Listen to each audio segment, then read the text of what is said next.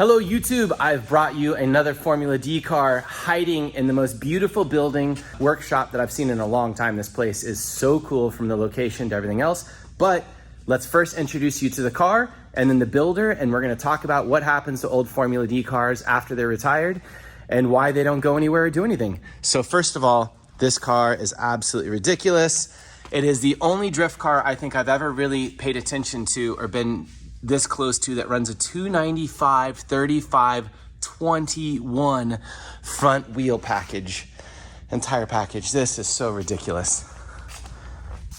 This thing has to be like over 1,000 horsepower.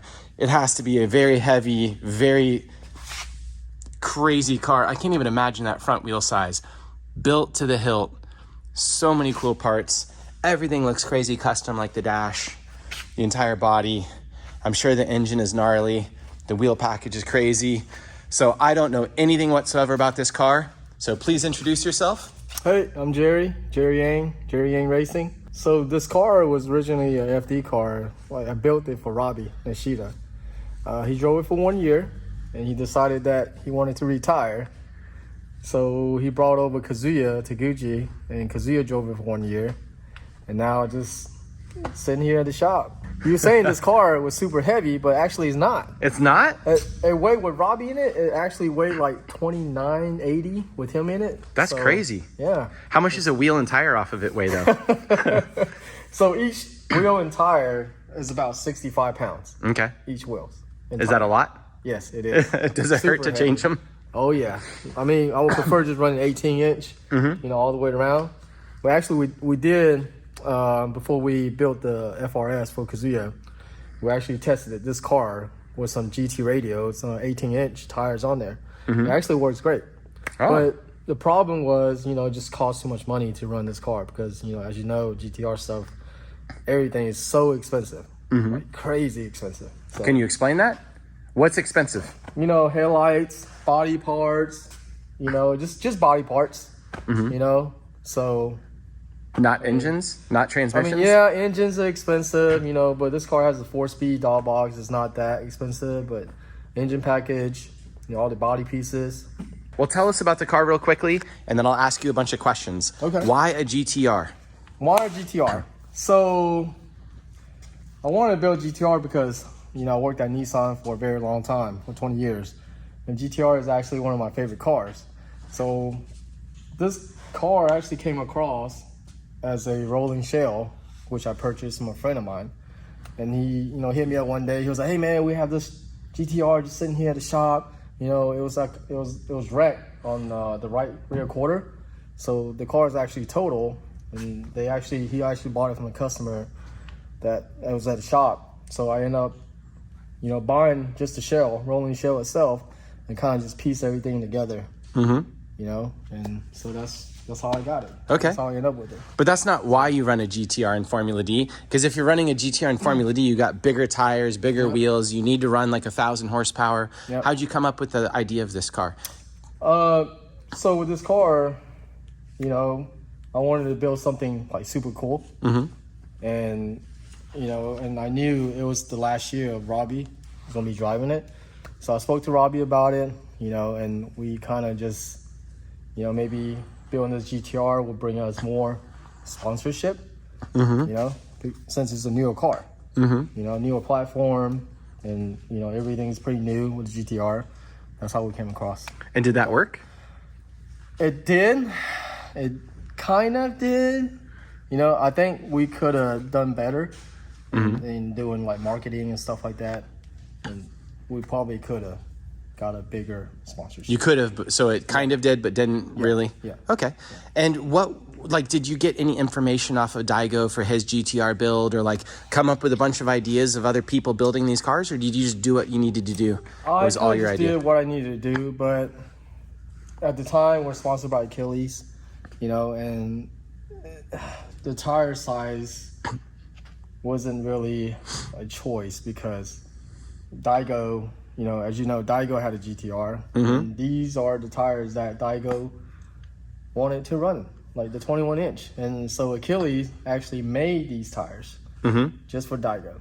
Are the fronts the same as the rear? Yes. Okay, so it's 295 all the way around? All the way around. Interesting. So you ended up with the exact same size tire package as Daigo, and that kind of like did the build. Yeah. And was it difficult to fit a 295 up front?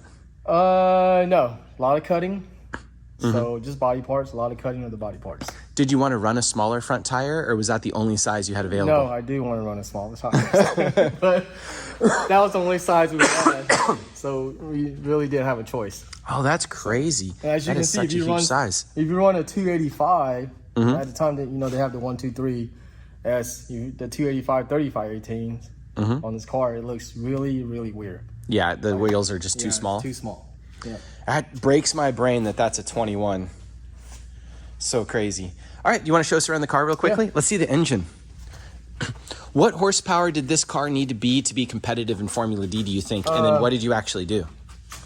So this car makes, it really made a little bit over 1,000 horsepower. And, pretty much it's a stop block, some head work. It's got a Tomei 4.1 stroker in it. It makes, when we first diagnosed this car made like around 1,300. So we kind of toned it down a little bit. But other than that, it's a great engine package. Is it 1,300 at how much boost? At like 28 pounds. Yeah. And you say you built this motor. Did it come as a Tomei package and you got the entire long block and everything, you bolted it in here? Or did you just buy the parts and put it together? Actually, it was sponsored by Tomei. So we got a crankshaft, rods, and pistons from Tomei. And I kind of just built the motor myself. Okay. And how many engines have been in this car? This is actually the second engine that's been in this car. And why did the first one go? We had a problem with the cylinder head. So I had a guy who was porting the cylinder head. So actually he ported too much on the intake side of it, and which I didn't know. We bolted the head on there, we ran it for a couple of events, and I think it was in Atlanta. That's when the intake side of it, the water was coming out of the intake port. Yeah. Oh, that sucks. Yeah, that was the second engine we had to put in there. So that's probably a weird problem to figure out too. No, it is. It's super weird. So apparently, these cylinder heads on the intake side of it is really thin, so you can't port it that much. So, do you like this engine package? Is this an engine package that people should use in drift cars that are crazy, or is it too difficult or complex? Or actually, it's not. I think it's super reliable. The only problem is everything. Like the block is expensive, everything internally is expensive. It's because it's a GTR. It's $100,000 car. Yeah. Right. So, how much are engines from the factory? Like if you bought a long block from Nissan, I don't even know. I don't even know you can buy a long block. I know you can buy pieces. Like you can buy a block because I say 5-6 years ago, right before COVID. Dude, the short block, just a bare block, used to be like $1,800, right? Oh, that's not bad. Yeah. So I'll get those all day long and just build them because you're gonna change out internally anyways. So now it's $7,000. Oof. Just for a short block, a bare block. Yeah. Are these that much different than like a VR37 or whatever those things are? VR30, yeah, they are super different because the VR38 is actually closed deck. The 30 is open deck. Oh, okay. So they're not even close then. Not even close. Okay, not cool. even close. I don't even know why they call it a VR30. VR. Well, they name it like the VHR37 or something. It sounds kind of similar. VH37. VH37. No, the VH37 is actually in the Infinity. Yeah. And the Zs, the new Zs, those are VH motors. Has nothing to do with this either? No, nothing to do with this. But the VR30 is actually in the Infinity Q60, I believe. Yeah. So. But those are open decks, so they're not nearly as good. Decks. Yep. Cool. This engine bay is so hilarious. It's kind of like a 350Z with these strut towers with like a big area for the battery or something there. Yeah. So much room in here. The engine's actually pretty compact for how gigantic the engine bay is. It sits really far forward too. Do you want to share some information about the car and just run us through since I don't really know much about it? Yeah, sure. So we just got a great intake manifold, actually we tubed the whole front end. Front side of it, custom intercooler, the pipings, runs a Garrett turbo on there. Obviously you see the 21s. Yeah. It's got the Pendum, wide body kit. So, it's got the Voodoo steering knuckle. Oh, you never see those. No, That's rare. Not anymore. Not anymore. Actually, I think Daigo helped design this kit. It's got the bright seats. It runs a Motec N150, C125 dash, PDM 15. So pretty much everything's carbon fiber, fiberglass, custom carbon dash. Oh, this is fancy. Yeah, APR wing.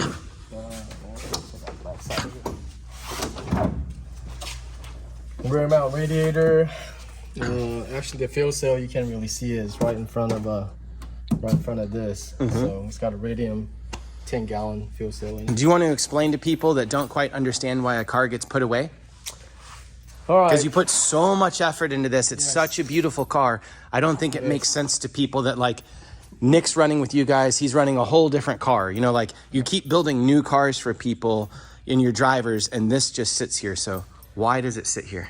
So a lot has to do with the budget. You know what I mean? That's the main thing. Nick doesn't have enough money to run it? No, I don't know. I mean, we never really talked about it. You know what I mean? Like maybe a few times. We kind of joked about it, but I don't know. Maybe one day. Do you think it'll come out, or do you think that like a E46 is more like his Formula D car is a better bang for the buck chassis to run? I think E46 definitely bang for the bucks. Okay. Because you just don't come across a GTR shell like you do with an E46, right? Yeah, definitely not. I don't come across a lot of GTR shells. Yeah. I don't know if you can get it. Yeah. So I mean, if any driver wants to drive it, if I can get enough budget, hey. It's sitting here available. So it's not something that you would go drive. You need a driver to show up with money and a budget to go drive this thing in Formula D. Exactly. And it's never going to really be a grassroots car because it probably costs more than 10 to 20 grand a weekend to run. Yes. Yeah, so somebody needs to come up. I mean, you can't run no 18s on here. Like, I mean, you can, but you got to run like 295 with 315s. You know what I mean? Was that wheel package was there difficulty with keeping axles together or anything with that? No. No, it just everything held? Yep, everything always held together. Wow. Yeah. That's crazy. Surprising, right? That is surprising. Yeah. Only your back feels it. Yep, exactly. Is there anything else to think about, like for the audience that would not know what it's like to run a GTR as a drift car? Because they see like the Team Toyo guys or Daigo or you guys. Yeah. What's it like to run a car like this?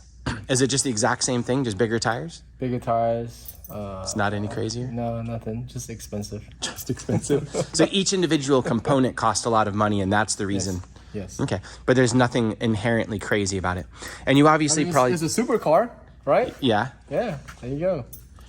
Yeah. You don't really see a lot of supercars doing, drifting comp cars, No, you don't. And I wonder why. It's probably just the availability of parts and stuff and just like it's a numbers game. And there were a bunch of people, and I think there was an LFA in D1 for a little while, and like Daigo drove that Lamborghini, and I see the Arios McLaren. Yeah.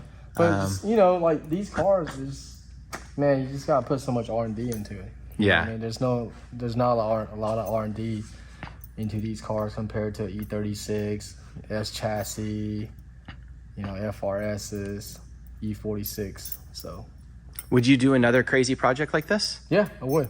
You're like, no doubt, yes. No doubt. You're like, I just need the budget. 100%. What's the next crazier thing than this you'd do? I don't know. Maybe a McLaren or something. That'd be crazy. You need to find a customer. Yeah, I know. A customer. And you would do a McLaren, like it sounds like you worked with Nissan for a long time. You have a lot of experience with Nissan. Could you just jump into a McLaren and figure it out? I think so, but I wouldn't probably change the motor. You would change the motor? I would. Yeah. What would you put in it? Like an IndyCar motor in it. IndyCar, that'd be crazy. Yeah. Oh, IndyCars are just Chevy small blocks, aren't they? No, IndyCar. Like, not IndyCar, I'm sorry, Formula 1 car. Oh, okay, Formula 1 car. Well, that sounds really, really expensive. Yeah. That sounds like a mess. Sounds crazy. That is crazy. Yeah. The McLaren engine sounds easier than that. Okay, well, thank you so very much for showing us this crazy car. It's insane to think that there's GTRs and stuff just hanging out in people's beautiful garages that were built for the highest level of competition with guys like Robbie Nishida driving them, and that when they no longer have a direct purpose, they get stored without like anything in the future really to look forward to.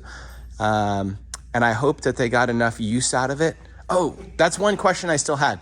Yes. Did you see enough use out of this thing to make it worthwhile as a full project? Does that make sense? Yeah, that makes sense. The answer is no. How many years would you need to operate a car like this to make it worthwhile? Man, I say at least 5 years. Oh, you know what? I shouldn't say that. It all comes down on sponsorship too. Yeah. You know? So that's how you would say it's a success or not as a sponsorship? So it was not a success for this specific car. Yeah. But could be in the future or something like that. All right. I think that explains that. I find all this stuff so fascinating because you put years of your life and so much expertise and so much everything. Yeah. And then some things are hit or miss. A lot of the stuff I do is not worth it. So cool. Doesn't mean I don't want to do it though. On that note, I'll see you guys on Drift Week 8.